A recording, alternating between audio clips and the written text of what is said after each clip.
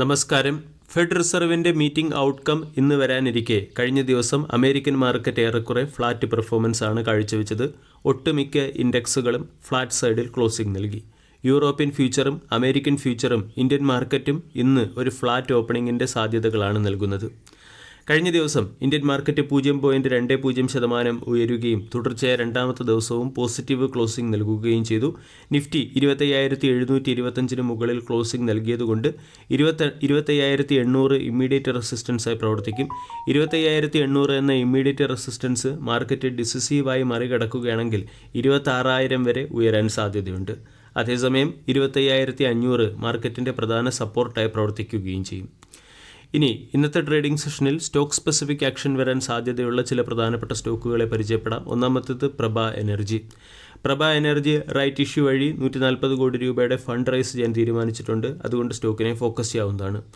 Blue cloud സോഫ്റ്റ്ടെക് എന്ന സ്റ്റോക്കിനെയും ഇന്ന് ശ്രദ്ധിക്കാവുന്നതാണ്. ഫെബ്രുവരി 20 company board of ഡയറക്ടേഴ്സിൻ്റെ മീറ്റിംഗ് വിളിപ്പിച്ചിട്ടുണ്ട്. ഇവിടെ ഷെയർ സ്വാപ്പ് വഴി മറ്റൊരു കമ്പനിയിൽ 100% സ്റ്റേക്ക് അക്വയർ ചെയ്യാനാണ് ബ്ലൂ ക്ലൗഡ് സോഫ്റ്റ്ടെക് എന്ന കമ്പനി ശ്രമിക്കുന്നത്. അതുകൊണ്ട് ബ്ലൂ ക്ലൗഡ് സോഫ്റ്റ്ടെക് എന്ന സ്റ്റോക്കിനെ ഇന്ന് ശ്രദ്ധിക്കാവുന്നതാണ്. മറ്റൊരു സ്റ്റോക്ക് ഭാരതി എയർടെൽ ആണ്. എയർടെൽ മണി NBFC 2 പ്ലാറ്റ്ഫോമായി രജിസ്റ്റർ ചെയ്തതിൻ്റെ പശ്ചാത്തലത്തിൽ RBIയുടെ സൈഡിൽ നിന്നും അപ്രൂവൽ ലഭിച്ചതിൻ്റെ പശ്ചാത്തലത്തിൽ ഭാരതി എയർടെൽ എന്ന സ്റ്റോക്ക് ഇന്ന് മാർക്കറ്റിൻ്റെ ശ്രദ്ധയാകർഷിച്ചേക്കും. മെയ്തൻ അലോയ്സ് എന്ന കമ്പനി വിവിധ പബ്ലിക് സെക്ടർ ബാങ്കുകളിൽ അവരുടെ സ്റ്റേക്ക് ഹോൾഡിംഗ് ഉയർത്തിയിട്ടുണ്ട്. Bank of Baroda, bank of India, Canara bank തുടങ്ങിയ ബാങ്കുകളിലാണ് മെയ്തൻ അലോയ്സ് അവരുടെ സ്റ്റേക്ക് ഹോൾഡിംഗ് ഉയർത്തിയിരിക്കുന്നത്. കൂടാതെ ഇൻഫോ എഡ്ജ് എന്ന സ്റ്റോക്കിനെയും ശ്രദ്ധിക്കാം.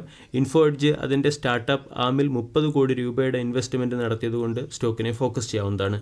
ഇൻഡോകെം എന്ന കമ്പനി RDX ഡിജിറ്റൽ ടെക്നോളജിയുമായി ചേർന്ന് മാർക്കറ്റിംഗ് പാർട്ട്ണർഷിപ്പിന് വേണ്ടി ഡീലിൽ ഒപ്പുവെച്ചു. കൂടാതെ ഹെക്സാവെയർ എന്ന കമ്പനി റാപ്പിഡ് ഫോട്ടോ ടൈപ്പിംഗ് പ്ലാറ്റ്ഫോമായ റെപ്ലിറ്റ് എന്ന കമ്പനിയുമായി ചേർന്ന് സ്ട്രാറ്റജിക് പാർട്ട്ണർഷിപ്പിൽ ഒപ്പുവെച്ചിട്ടുണ്ട്. ദിലീപ് ബിൽഡ്കോൺ എന്ന കമ്പനിക്ക് ഗുജറാത്ത് ഗവൺമെൻറ്റിൽ നിന്നും 668 കോടി രൂപയുടെ ഒരു കൺസ്ട്രക്ഷൻ ഓർഡർ ലഭിച്ചിട്ടുണ്ട്. കൂടാതെ ഇൻഫോസിസ് എന്ന സ്റ്റോക്ക് ഇന്നും മാർക്കറ്റിൻ്റെ ശ്രദ്ധയാകർഷിക്കാനുള്ള സാധ്യതയുണ്ട്. ഇൻഫോസിസ് അതിൻ്റെ artificial intelligence first value framework launch ചെയ്തു.